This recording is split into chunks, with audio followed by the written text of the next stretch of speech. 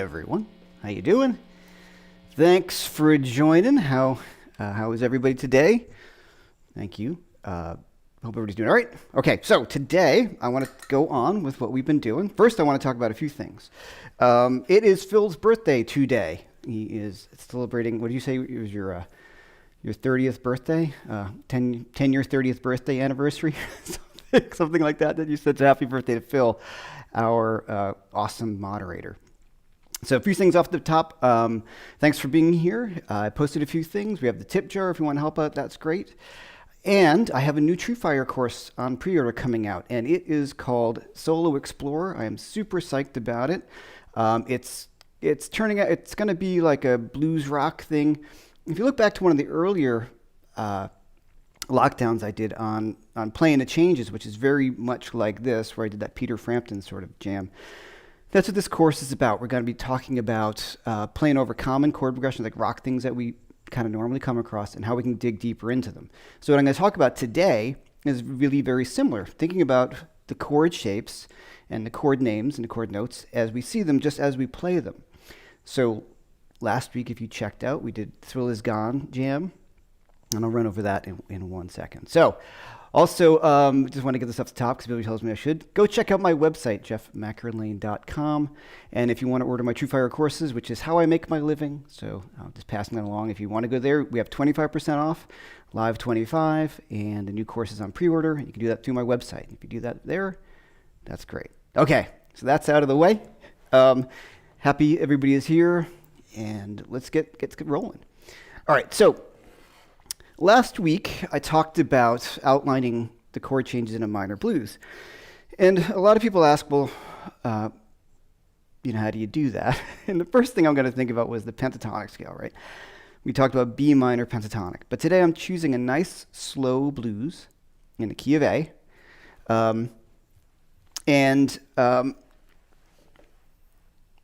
What I wanted, this is really from this track. It is one course that I would highly recommend. It really coincides with exactly what I'm talking about today. And that is my blues arpeggio course. And that course goes super into depth about this as well, outlining chord changes and outlining the sounds of the chord changes. So that is on my website as well. Okay. Yes, I got 64 today. Woo! I put new strings on it, and I was like, oh yeah, this guitar kicks ass. All right. So I'm going to play an A blues. So the first thing is A blues. What are the chords? A7. Now go to my D9 or D7. Let's say D7, A7. And my 5 chord is E7, right? Nothing surprising there. Back down to A7. As I back down to D7, down to A7. So our first thing that we'd do would play A minor pentatonic on that, right? So let me just noodle on A minor pentatonic, which of course I think of everything as sort of based upon A minor pentatonic to some extent. So, right? A minor.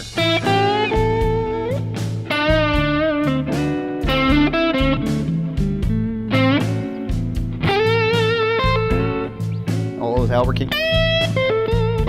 That kind of stuff like that. Blue note.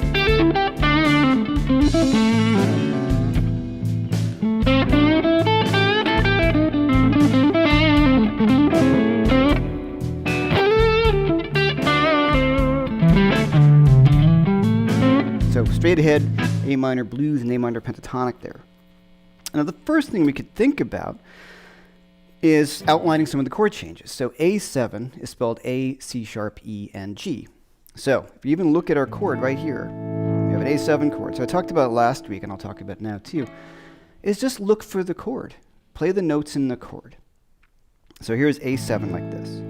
So A7 has a C sharp in it. A7 is spelled A, C sharp, E, and G.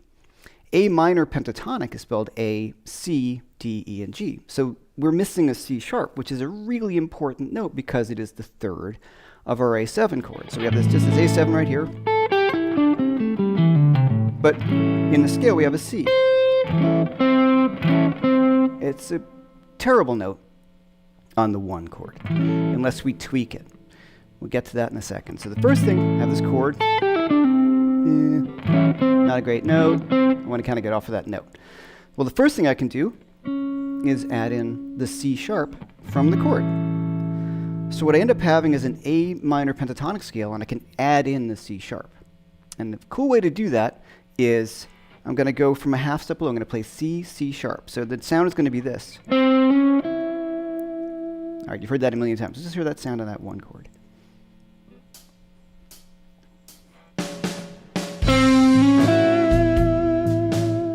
I can't do it on the 4 chord. We'll get to back to my 1.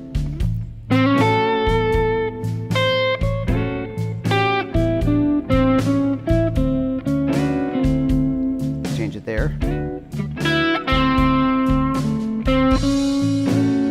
Gotta keep on really hitting that note. And my 5 chord.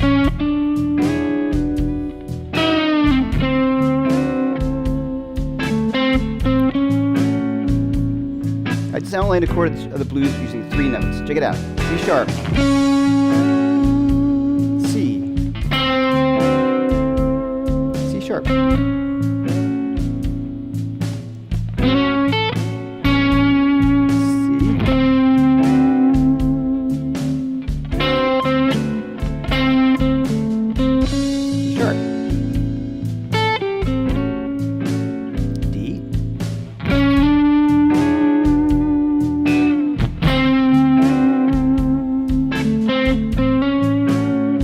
So I outlined those 3 chords just by playing those 3 simple notes. Well, how does that work? Well, the first thing is the C sharp is in the scale, like I said. So, and it's in the chord. So the first thing I can do, let's take an A minor pentatonic scale, and we're going to play our flatted third, which is a C, and then we're going to go up to the C sharp. So we're going to have this new kind of scale. There was no real name to it.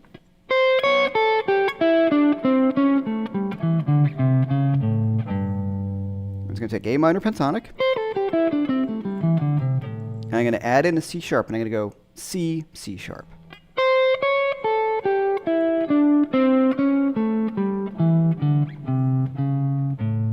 And I'm always going to go from a half step below, so that's C, C sharp. So let's hear that. Just a scale, watch.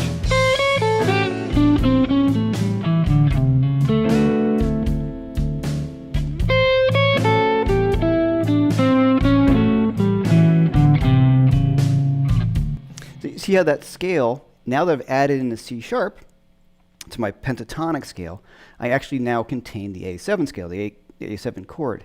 A7, once again, is spelled A, C sharp, E, and G, right? So A minor pentatonic is A, C, D, E, G, A, C, D, E, G, A, C. So by adding in the C sharp, we have a full A7 chord in there, and an A7 arpeggio. I'm not thinking arpeggios yet, I'm just thinking chord tones. I'm just thinking about the chord shape, and I'm just making sure I hit that C sharp. And if I come to it from a half step below and I blend it into my A minor pentatonic scale, it gives us a really great sound. So I'm going to use that again, and then we'll talk about what the 4 chord starts to do.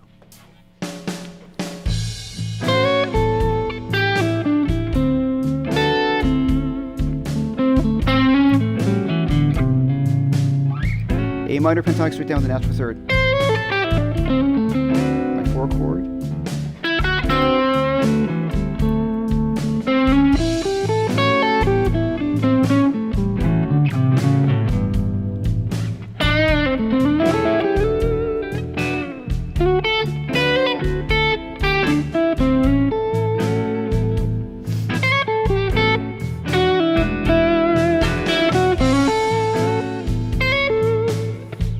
Okay. So you're hearing that flat 3 natural 3, which is really common in blues and jazz.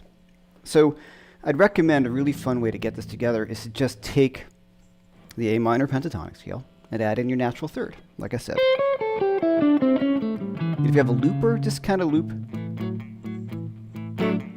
you know, over A7.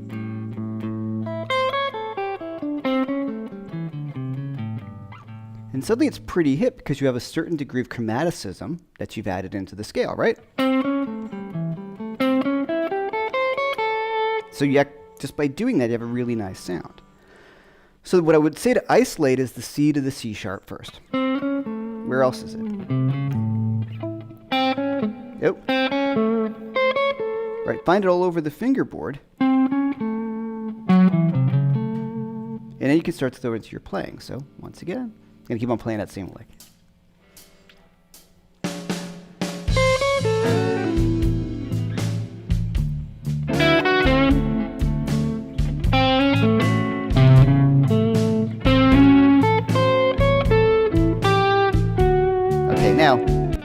We get the idea? So we're going to play A minor pentatonic. We're going to add in a C sharp because our A minor, I'm on my cable. How many times does your chair run over your cable and then you start going through your cables, right? All right. So I have an A minor pentatonic scale. I'm adding in a natural third. Now the other notes, so now let's look at our D7 chord. D7 is D, F sharp, A, and C. And if we just look at our fingering right here, we have what note is not in the D chord? F sharp, in the A minor pentatonic scale, is this F sharp, which is part of my D7 chord, which is D, F sharp, A, and C. So that is the third of my D7 chord. So maybe we're starting to see a pattern here of the thirds are important notes. So now what I like about this note, which is the F sharp, it's the third of the D7 chord, or it's the sixth of the A scale, is that it's not in the pentatonic scale. So when we add it in, it's in the chord, but not in the A minor pentatonic scale, where we're kind of using as our home base. If I start to target that note and think about just a D7 chord right there, right? Play those notes, or it's that F sharp, I'm outlining the two changes. So let's hear that. So A7, D7. So I have the C sharp on the A. Now my F sharp, watch, here's a 4 chord. Back to that C sharp.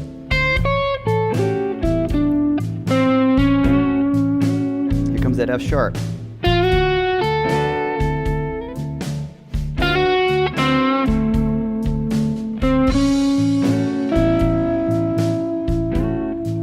Now my E chord, we'll get that.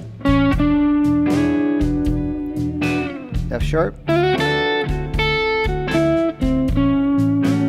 Really cool. Now I'm going to put it together in some music.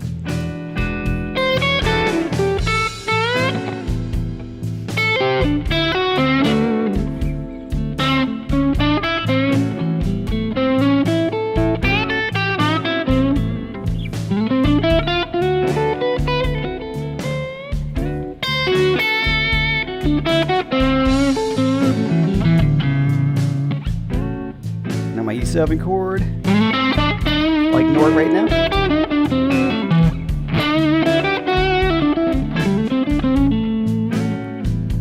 Okay, so did you hear, by throwing in that F sharp and just thinking about that chord, thinking about that note, just staying in one position, thinking about the chord shape, I have this really great sound. So my A chord, C to C sharp.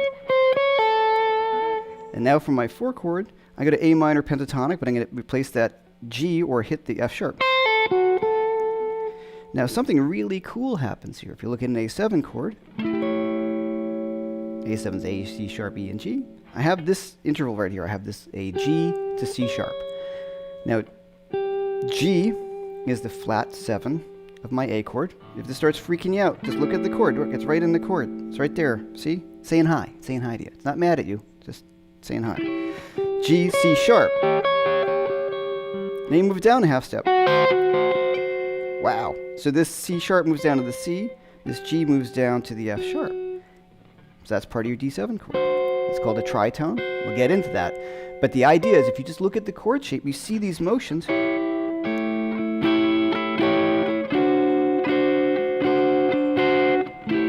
going to play that.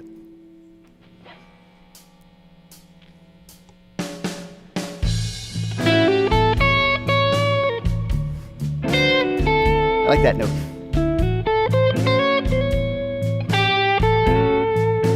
Now here's that C to F sharp.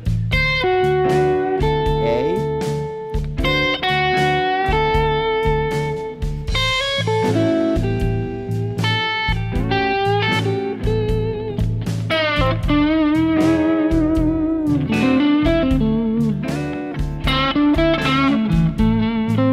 Okay, so I start to think about what other notes are in D7. So now D7 is spelled D, F sharp. No, yeah, D, F sharp, A, and C.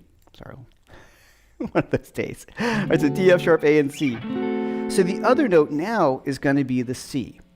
If you look at D7, there's the C right there. Now C is in our A minor pentatonic scale. Now if we jump to our E chord, E7 is spelled E, G sharp, B, and D. So let's just play E7. I have that D right there.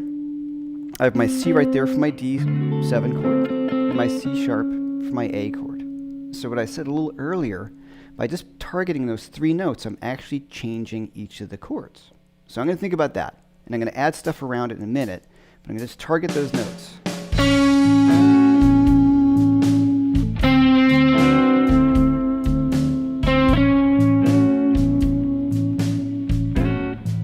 Just practicing, right? Don't forget. Shoot for the note that we want to get. Vibrato.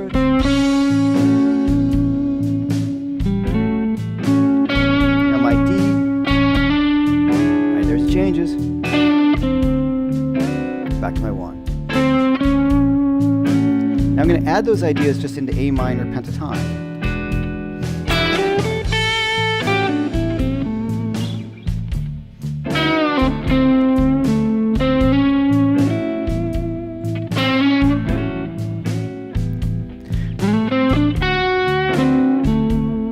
Here's my F sharp.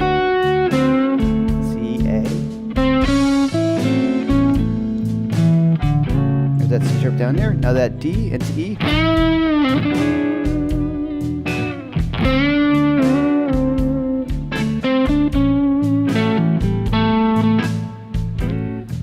So I'm playing around targeting those 3 notes. So it's the 3rd of the A chord, that's C sharp. That goes down to the flat 7 of the 4 chord, which is D7. And that note is C. Back up to the A7, C sharp. Now when I go to my E chord, I have my D. So we can start to get the theoretical angle of it, and that's really important. And I don't want to go too deep into that just right now, because the point of what I'm trying to get across is if you play the chords, the theory will follow if you start thinking about it. And the course I mentioned over True Far, my blues arpeggios, I go way, way deep into this.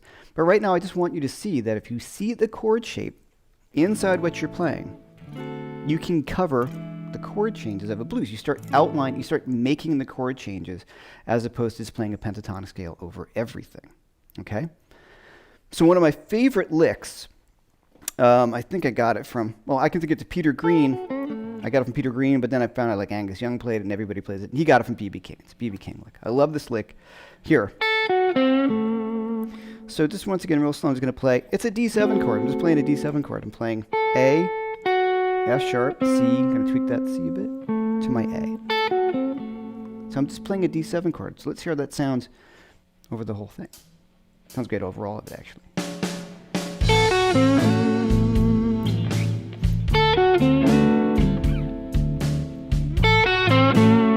Could add an F sharp there.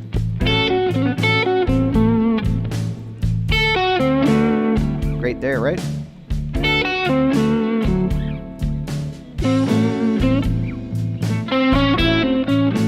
I like it on the 5 chord.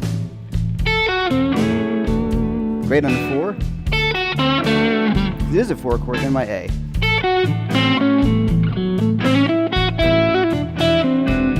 Okay.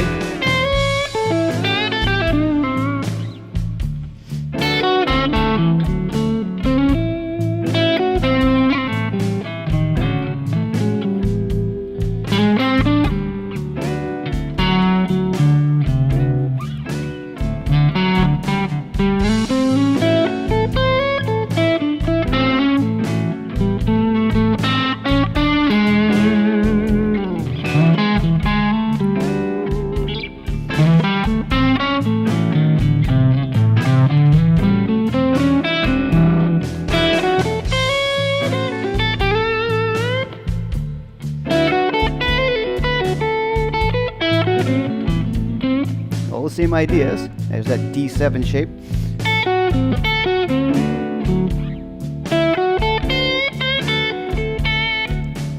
C sharp, C. My 5 chord.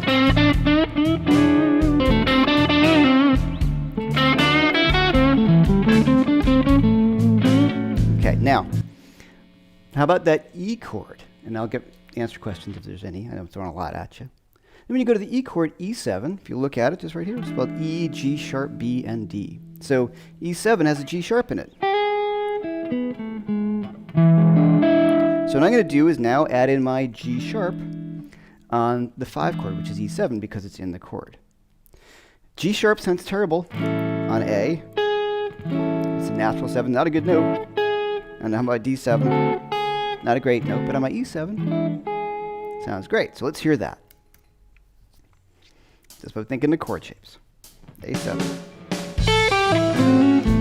Here's my D7.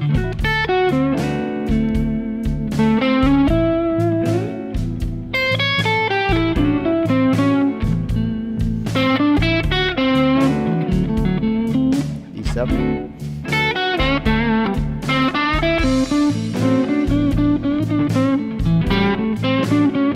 And watch my G sharp.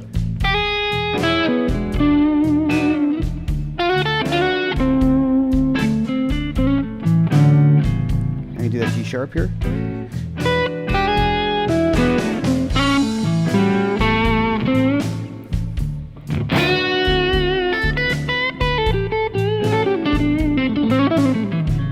I think it's A7 chord.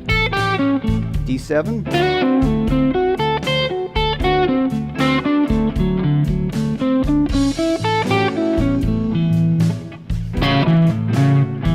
My E.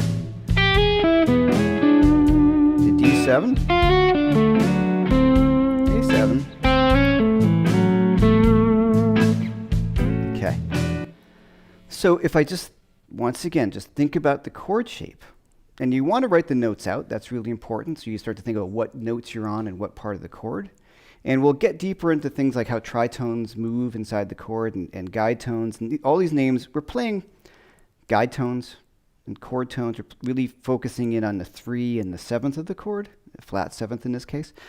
But I know that can be really confusing at first. So the first thing I would like you to think about is what note can I add into my A minor pentatonic scale to get the right note on the chord that I'm on, right? So in other words, A minor pentatonic, once again, doesn't have an F sharp in it, but D7 does. So when we're on a D7 chord, we can play that F sharp. A minor pentatonic does not have a C sharp, which is part of my A7 chord. You see it right there. So what we're going to do is add that in to our A minor pentatonic scale when we're on the A chord. We don't want to play that C sharp when we're on the 4 chord because, as you can tell, A7 has the C sharp, D7 is spelled D, F sharp, A, and C. So just by looking at the picture that your hand is playing, the chord shape, wow, well, if I play that C sharp on that D7 chord, it sounds terrible, because it's a major 7 on a dominant 7th chord. There's all the theoretical reasons as to why it's not a great choice, but mainly it just sounds terrible, right? Okay, so what you can start to see, hopefully, is as you go through it, you start messing around with some of these notes, you start to realize, well, that F sharp sounds really good on the A chord.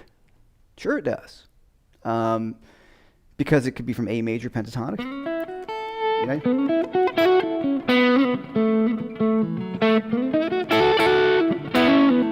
That kind of sound, and it sounds great on the A chord, and the 4 chord, and the 5 chord. So I'm just going to play that a little bit. So you start to mix them all together. But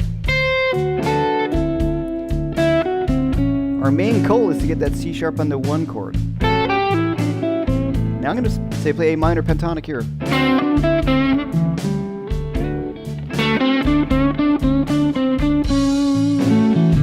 There's that C sharp on the 1 chord.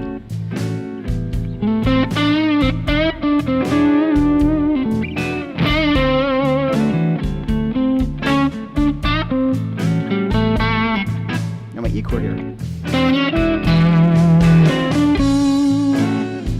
So you may say, okay, that's a lot of stuff. How do I practice that? You, on the 1 chord, play A minor pentatonic on everything, and just on your 1 chord, add in the C sharp, which would be the natural 3rd of your A7 chord. So that would be the first thing to do. Once you start hearing that change, like if I play without a blues in the background,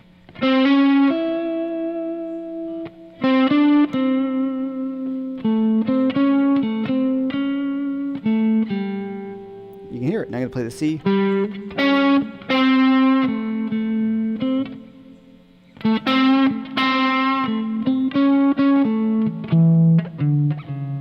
Brought down a layer, then.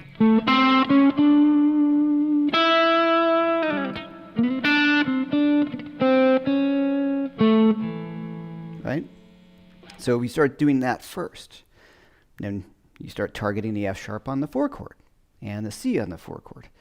So you take it one thing at a time, and what you end up developing is knowing where you are in the blues. So as you're playing along with people, you need to know what chord you're on to play over it properly, right? So it keeps you thinking about what's the right chord at the right time, what the band is doing, or what the background track is doing. And that's important to know where you are at all times because, you know, like I said, if you hit that C sharp on the 4 chord, it's going to sound terrible. So you don't want to do that.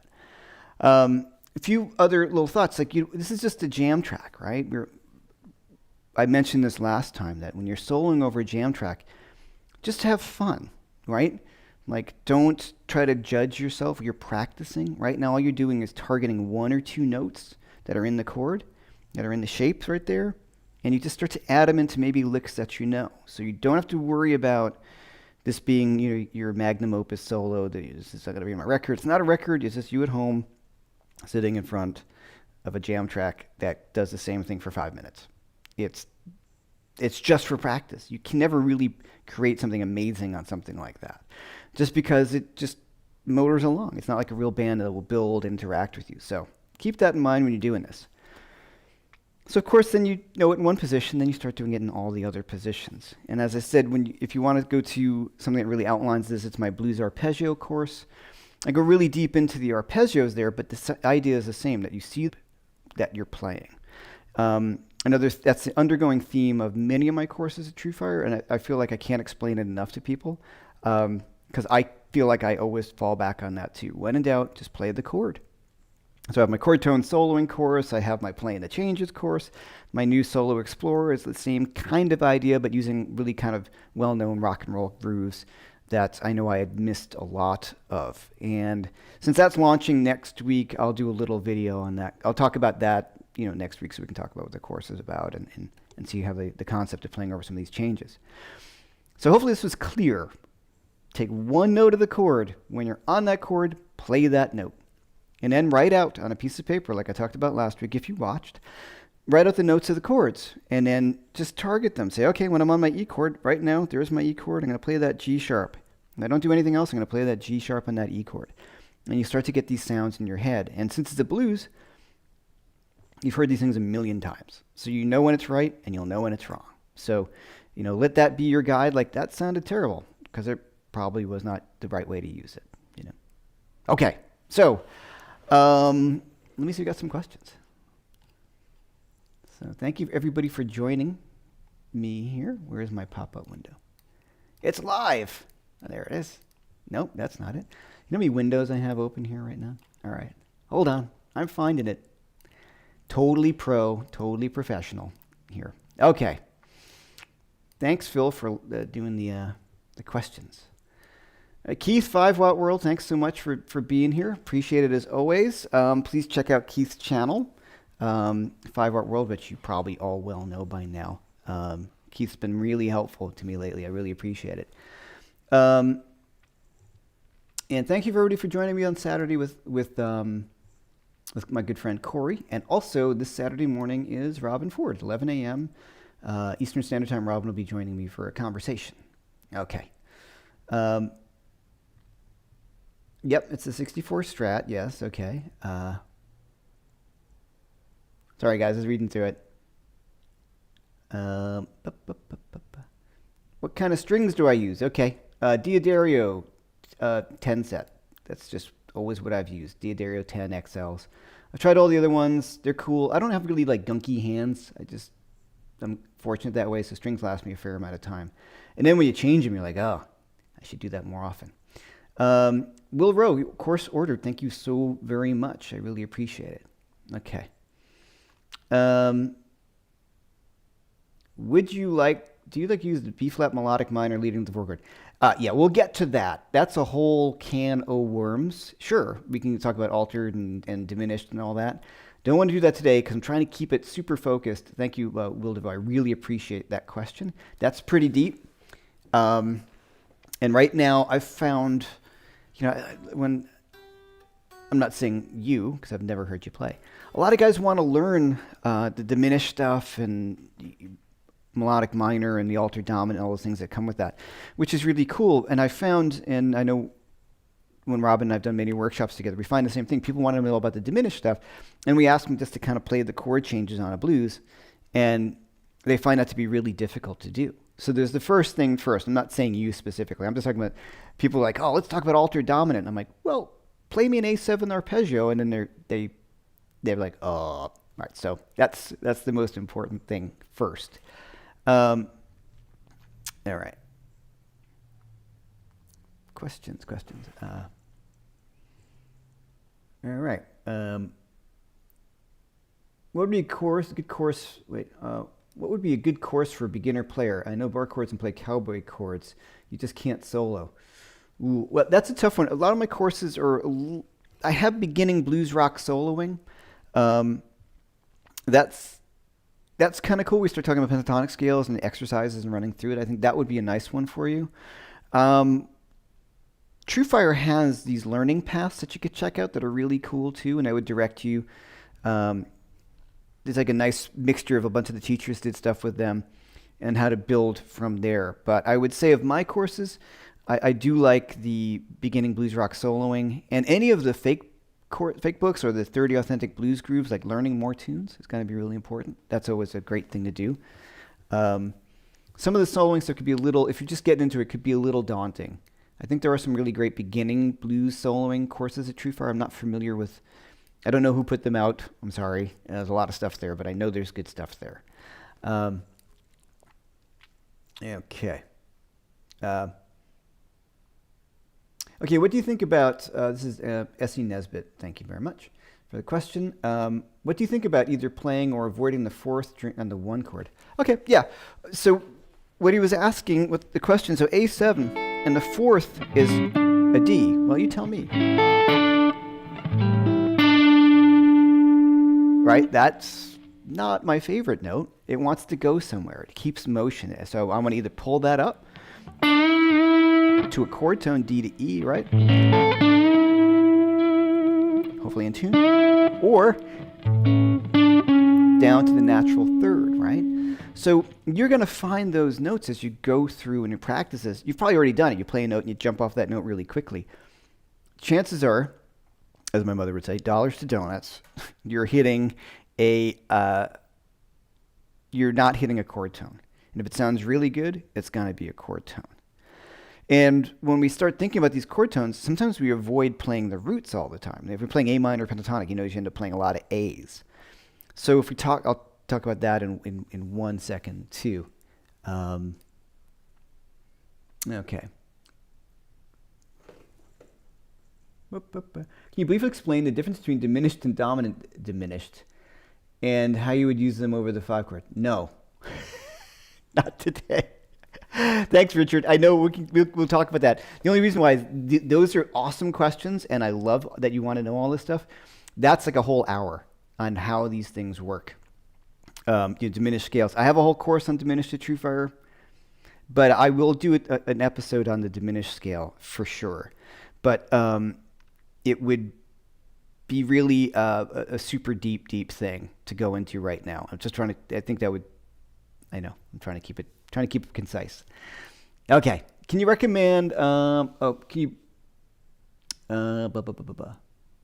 you recommend some of your courses for explain modal playing?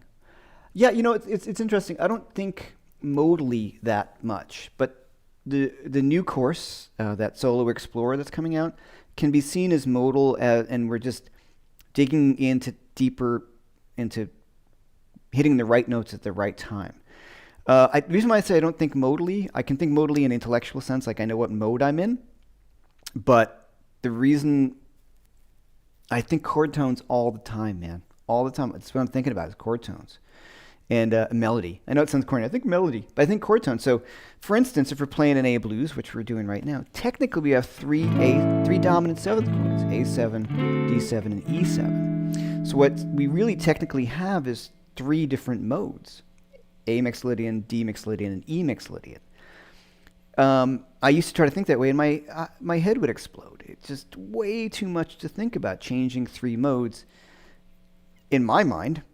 And then if you're like many of us, and I knew the modes as fingerings, which is a bad way to do it, and I'd play A Mixolydian, and And I'd have to go to D mixolydian because I'd only do like 1 or 2 mixolydian fingerings, and trying to play a blues note would just sound terrible. So what I end up thinking about was when you write out all your modes, or just like your chords, you will see that sometimes there's only 1 note difference between the 2 scales. So if I look at these chords, once again, if I see this, the only difference between the key main difference to my ear between the D7 chord and the A7 chord is going to be the C sharp to the C. That is a huge sound. When you played that,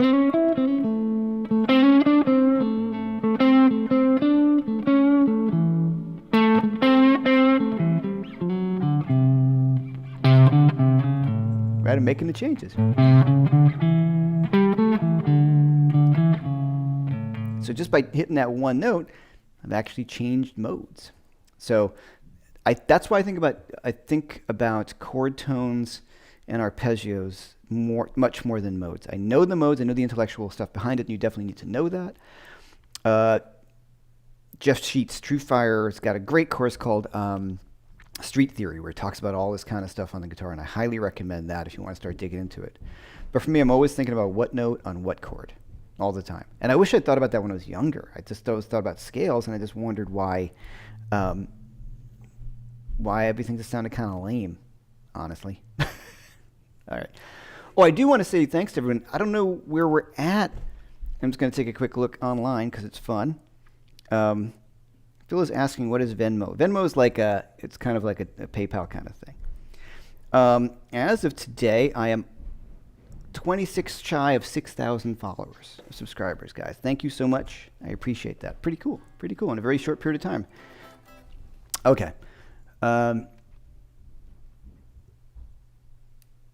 Great sound. What amps or pedals? It is a plug-in on my Apollo Twin from Universal Audio. It is the Friedman Buxom Betty, and I have no pedals on. So it's just the Friedman Buxom Betty plug-in, and they've got great sounding plug-ins and the reverb. So that's all I'm using. On the floor, I do have a pedal that I'm not have on. Is the Chase Tone Secret Preamp, which is cool.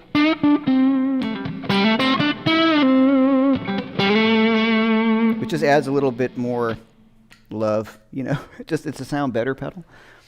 It's the preamp of a 70s Echoplex. It's really great pedal. Really, really great pedal. Chase Tone Secret Preamp. There you go. Super cool pedal. My friend Tracy Farmer hit me to that one, as he's hit me to many things, because he's the guy who gets all this stuff. And then I trust anything he says. All right.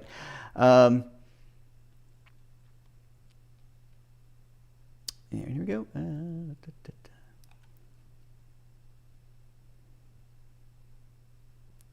Okay, David Skinner's excellent question.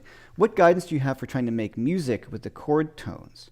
One can get carried away trying to play all the notes, but aren't things like repetition useful? Yeah. And right after La Musica, sing it. Yeah, okay, that's a great question. Thanks, David. And singing it is a big, important part of it. You can never go wrong with playing a melody. And my favorite players are the most melodic players. So as we're going along playing, I can think about...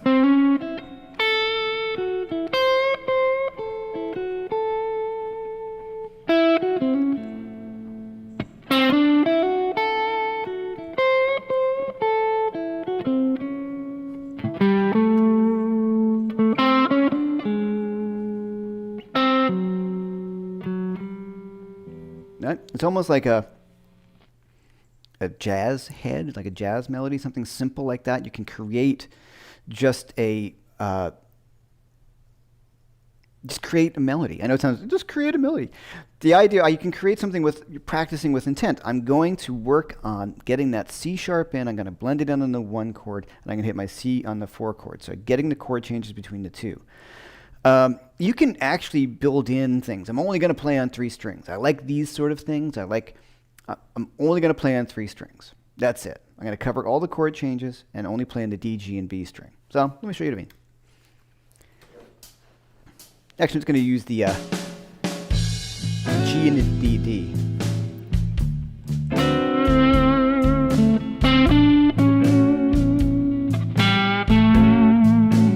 It's F sharp.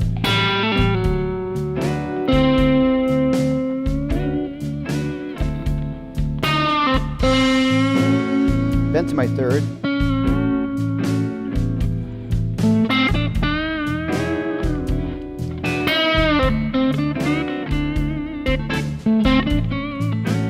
Right? I like that. Right? So you get a little idea, you play something kind of cool and just repeat it and just practice with intent, right? I'm trying to make music. I'm trying to fine-tune some of the ideas as I do it. So it's a lot of it's just sitting with a track like this for hours and just getting an idea. You like something you did, stop everything and work on that idea. And listen to melodic players. Figure out other people's solos. Like, who were some of your favorite players?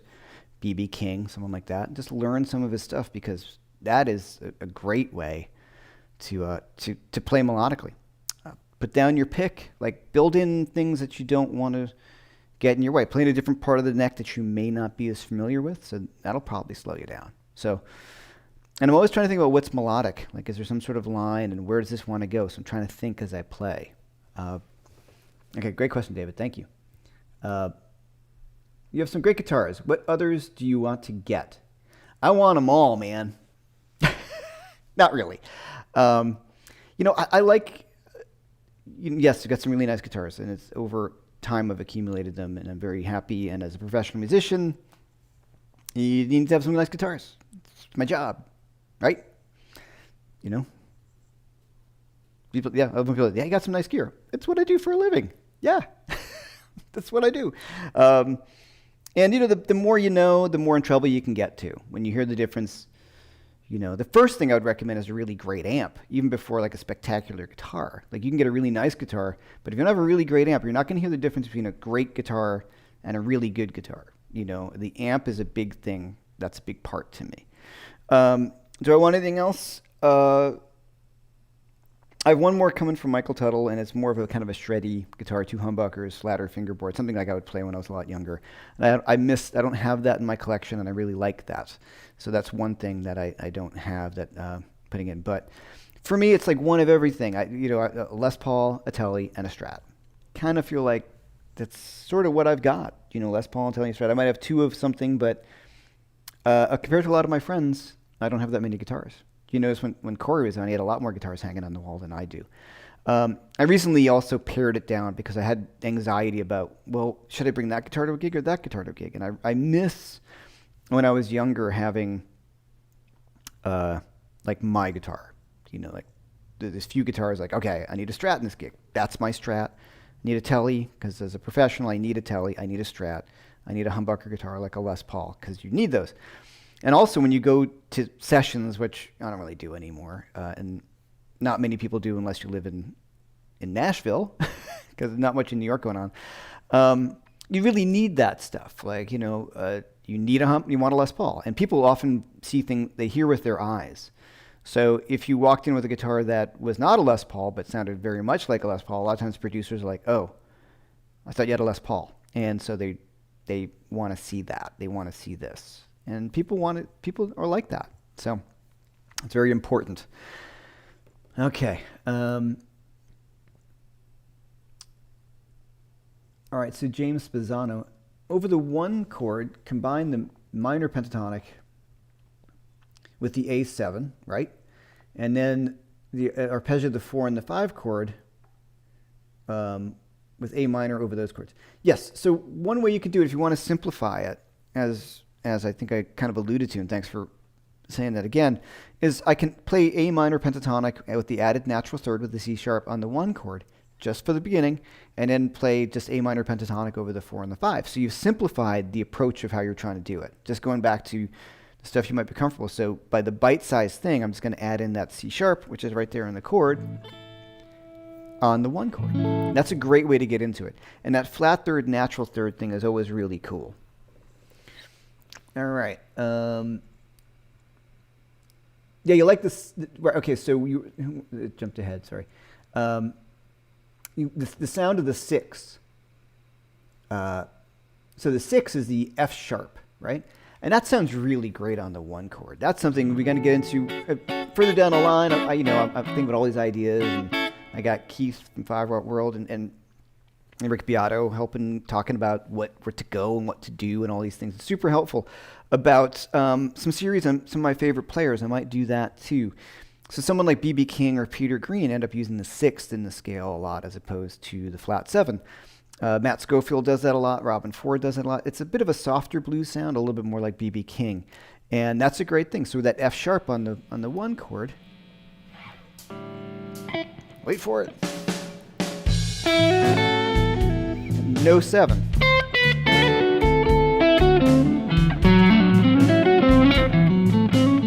So I'm not playing that seven, just playing a six.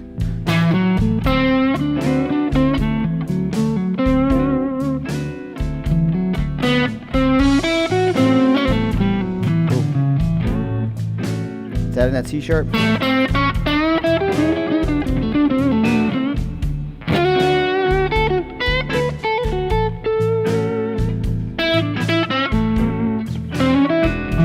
So you see, I'm also playing really slowly. I'm not trying to play licks or anything like that. I'm just trying to play some ideas in music and then trying to get those ideas into my fingers so I can learn to connect them.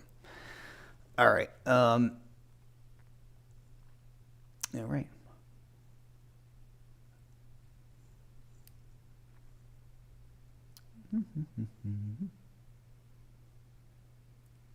All right, sorry guys, the thing jumps sometimes, and I see questions I've already answered before. Do I know the weight of your 64 Strat? 7 3/4, 7.5 pounds, something like that. It's pretty light. It feels like a Strat. It's not super light. It's not a featherweight. These years were not super featherweight, but it feels normal. Feels like a Strat to me, an alder body Strat. Like it's the correct weight for that guitar. How's that? Which TrueFire backing track is this course from? Well, first of all, you can get it in the Dropbox link in the description. You can get it there for free, and it is from my blues arpeggio course, which I would highly recommend if you want to start getting into this. That's the course that these ideas are really deeply run into, even on a super deep level. But right now, what I'm just trying to do, like I said, is keep it simple. I know some of you guys are probably going, there's probably a lot more to this, and there's way more to this. I mean, what you want to memorize is what the blues arpeggio course does. A7 is A, C sharp, E, and G. D7 is D, F sharp, A, and C. E7 is E, G sharp, B, and D.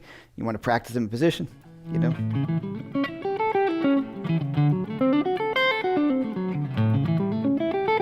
Then in all positions, right? So I'm outlining the 1, 4, and 5 chords in all the positions. That's a great exercise. And you want to do those things to get the knowledge and the fingerboard knowledge and everything under your fingers. But I can't say to someone, hey, just memorize all those five, all the arpeggio fingerings in that chorus, learn them in all the positions, and just do 1, 4, 5 on top of each other, and I'll see you next week. That's not cool. It's not good teaching. It's not the way people learn. Well, it's not the way I learn. So what I'm saying right now is that's where it's all got to go. You do want to memorize all that stuff, but that is overwhelming, and all it makes me want to do is maybe lay down on the couch. And but if I think about it, I just want one note. I'm going to shoot for a C sharp on my A7 chord. Boom. That's my job for today. Playing A blues, C sharp, and the A7. Sounds really good when I go from C to C sharp. That cool, That's a great sound.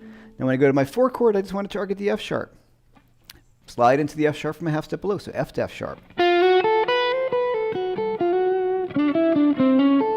Now my 5 chord, when I get to that, so you just work on outlining your 1 and your 4 chord. And then when you feel a little confident with that, then outline your 5 chord. Be your G sharp, then. Hear that change? So 5.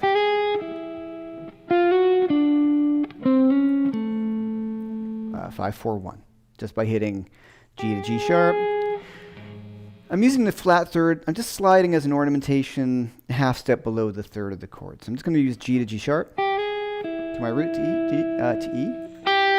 There's my G, G sharp, E. Now my 4 chord. There's F to F sharp to D, then C to C sharp. So by just doing that, we've added in chromaticism almost like through the back door, right? We're like, if I just play that, slide to those notes, I've started to add in chromaticism, which was always a bit of a mind bender to me. Like, I want to get more chromaticism in my playing. Well, approach your thirds from a half step below, and you start to sound really kind of chromatic. Because if you look here, all right, so if I say I play that lick, I have my D,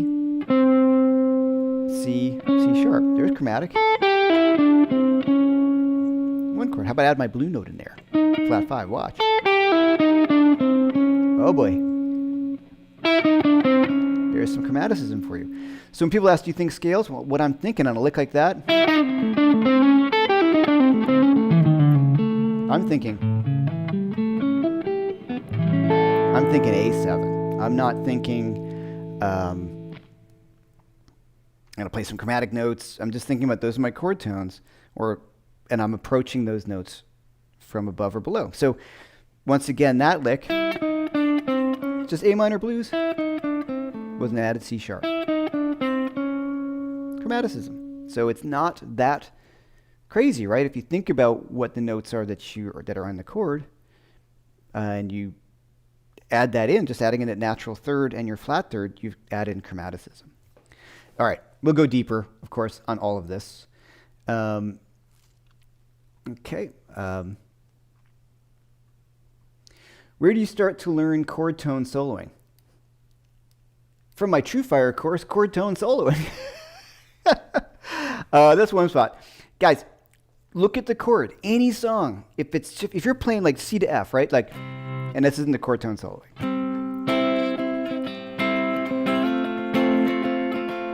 You'd be in tune. New strings.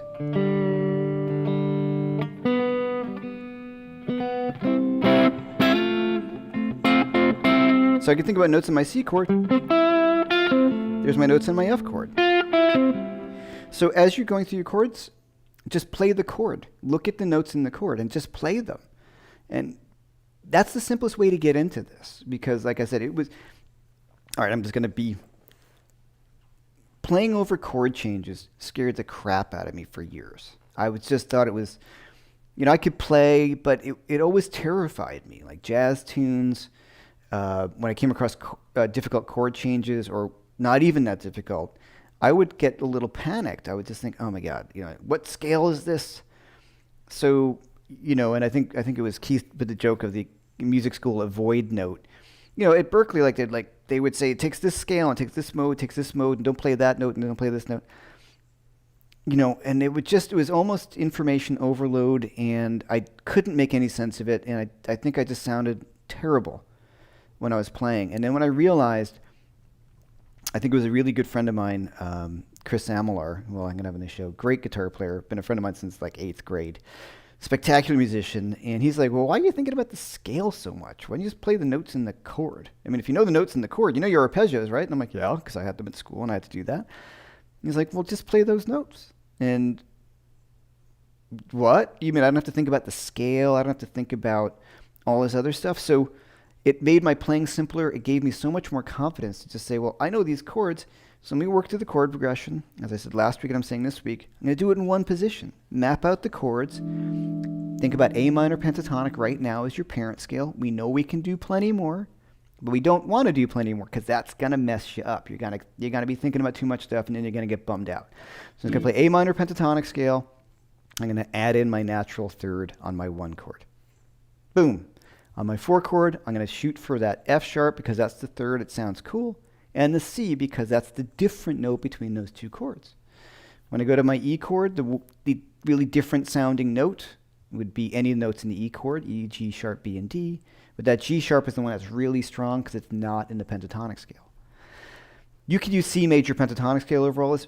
I'm just talking small right now because people are starting to ask, I do love the questions. People are already starting to ask all these other questions that are excellent questions, but it's really important to just boil it down to the simplest thing. And when I did that and forgot about everything else, I'm only going to do this, I'm going to practice this one freaking thing, things started to change. And that's when I started hearing chord changes. I didn't get overwhelmed. I wasn't thinking scales. I wasn't thinking, arpeggios necessarily. The chord tones are arpeggios. There are from arpeggios, yes. But I'm just thinking about the chord. When I think about arpeggio, that implied, which is cool. I want to be able to play that. I'm glad I can do that. But that sometimes makes me just think, oh, great, I got to learn all these arpeggios. But if I think about the notes in the chord, there's A7, D7. Isn't that right? Yeah, I'm going to play that. It's going to play this, right? A7 like this, and D7, and then I'm just going to go up to E7 just like that, right? So just a simple bar chord number 1. Just going to play the notes of each bar chord.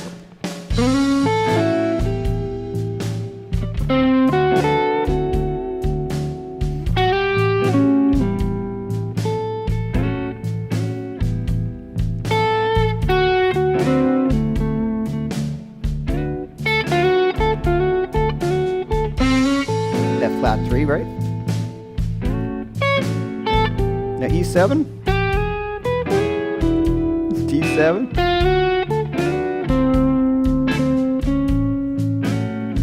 how cool is that, right? That is what you want.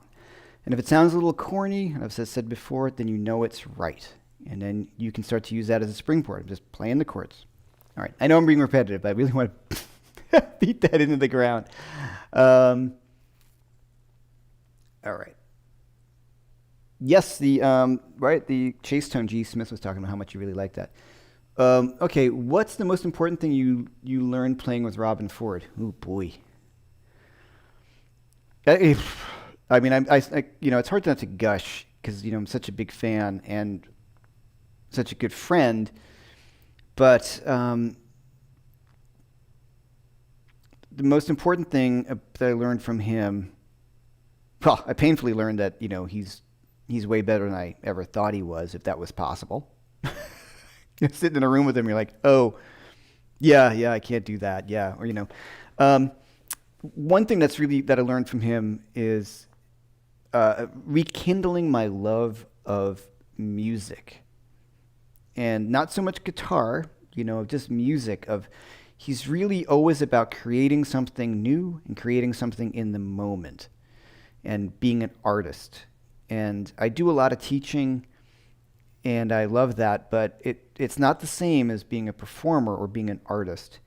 And he brought me really back to that in many ways. And I owe him a great debt of gratitude for that, because it just, oh yeah, this is why I got into playing guitar. It's creating those moments with other musicians on stage, and to not judge yourself so much, because he's like, I mess up all the time, but who cares? It's put it out there. It's a very Zen approach. He's a Buddhist. It's very like, it's out, it's gone. I mean, you got to be able to play. I mean, he busted my ass on many times, and I appreciate it. Always in a kind of loving way. Kicking my ass, which is great, and I appreciate it. And I feel like I got to become a much better guitar player since my time with him. And we plan on doing more stuff once this COVID thing passes along, but that would be sort of the main thing about that, was the love of music and being an artist. Okay, that answers that. Once again, it's Phil's birthday. Happy birthday, Phil. Any two-string double stop riffs in the style of Steve Cropper, two-string double stop riffs? Not right now. I have a whole course on that. Blues, breaks through blues guitar fills, and we did. It's the second breakdown, Hendrix rhythm guitar styles. If you go back and take a look, I run over all of that stuff and how to look at it. I just want to keep this kind of focused in on this because we're running up to an hour here. So, but thank you though. Chris Covington, I really need a nice gold top Lester. Yes, I do. Yes, just like yours. I do have one. Graham knows. Yes, I do have one, but Chris takes lessons with me. He's just giving me a hard time. I should get another. Gold top Les Paul. I need more. Okay. That's so weird how it does that. Sorry, guys. Not a lot of questions here. Okay. Any thoughts about the cage system? Yeah, I don't. I'm not a fan. I don't. Caged is good if you're just starting out. It's just a method for you to get to understand a fingerboard quickly. I don't think it's bad. It is not. It's no replacement for learning the fingerboard. So I don't think that that's a great. It's not my favorite way to. I don't teach it at all. Because check it out. I've had a student, and he and I would go back and forth, and he's a great guy. I'll play a chord. So, it's like, it's C sharp minor. He's like, oh, it's like, so from the A minor. It's like A minor. I'm like, no, it's C sharp minor. He's like, well, it's from the A minor shape. I'm like, well, it's from the A shape. I'm like, no, it's a C sharp minor chord. Has nothing to do with A. You know what I mean? Like, I get really kind of crazy because it's like, no, just know the notes, know the fingerboard. These are all like cheats or hacks to get to know the fingerboard, and there's just no way around it. You just got to put in the time. That's it. Period. So, if you want to learn your triad inversions, that's really important, and those would be your cage things. But if you're thinking about caged, it seems to be a really big buzzword in the biz, and if it helps you at first, great. But I'm not a big fan of it as a music educator, and yeah, how's that? Okay. Me and Angus Clark and Jason Lachlan, all of my friends who were serious. It sounds pompous, but educated musicians. I don't mean it in that negative way, like the pompous way. It's just, it doesn't really make any sense to me. It's just learn the guitar, just learn it. Okay. Aside from the third C sharp, can you talk about general approaches for the target tones and over the 5 chord? Yeah. Okay. So that I'm not sure who asked that, but it's a good question. David Allman. Okay. Right. So I talked about the 5 chord, which is E7, which is E, G sharp, B. Right. And D. So in my 5 chord, there's a tritone in there. We'll talk about that later in another time. Like I said, I'm just trying to get,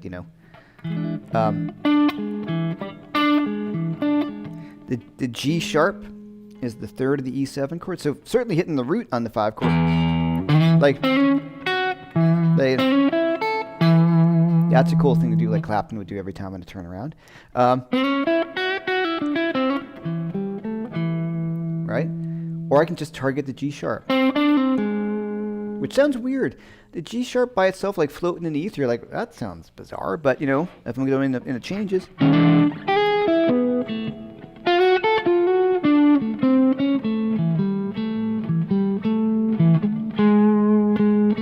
it works. So you just target the G sharp or the D is great.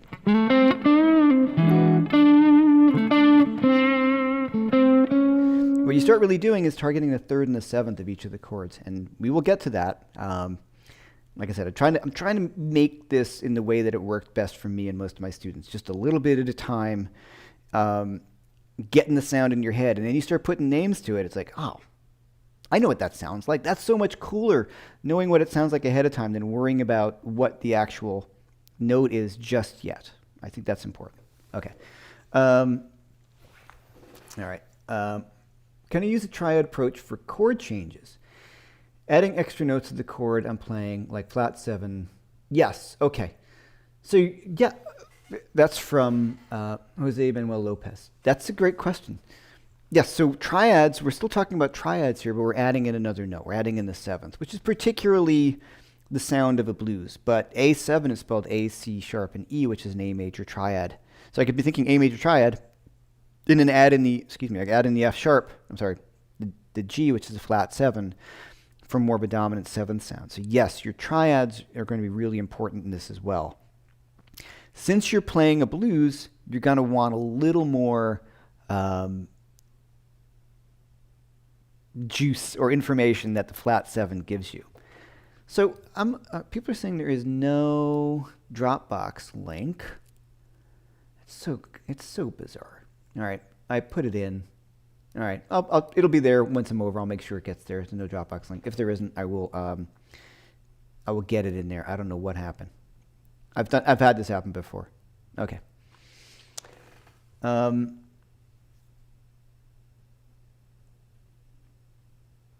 Hey, all right, see you, David Skinner. See you. Rusty Philippus, man. What's going on, dude? How are you, man? All right. Oh, Stupid question. How do you know which interval it is in the chord? Sorry, that's not a stupid question, man. That's a great question. That's 2, 4, 2, 1 EI. That is not a stupid question. Write them out. You know, this is where I recommend, like I said, Jeff Sheets' fingerboard street theory course. And so you think about what the notes are. A dominant 7th chord is root 3, 5, flat 7. And that's the formula for a dominant 7. And just work on it to see where the C sharp, okay, that's the 3rd of A7. So you want to think about it. Write them out on a piece of paper, even away from the guitar, so you just start to memorize the stuff. And that's the way to do it. It's not hard. You have to do it, and it's not a stupid question at all. It's just amount of time. Just sitting down and just doing it. Yeah, right. Oh, got some people loving this. Thank you. Very eye-opening, very cool. Hey, Miguel, how you doing, man? Good to have you on here. A few light bulb moments. I'm glad. And yes, McLevin, Robin Ford taught me to always take a solo when he points at you. That too. Always be on your toes.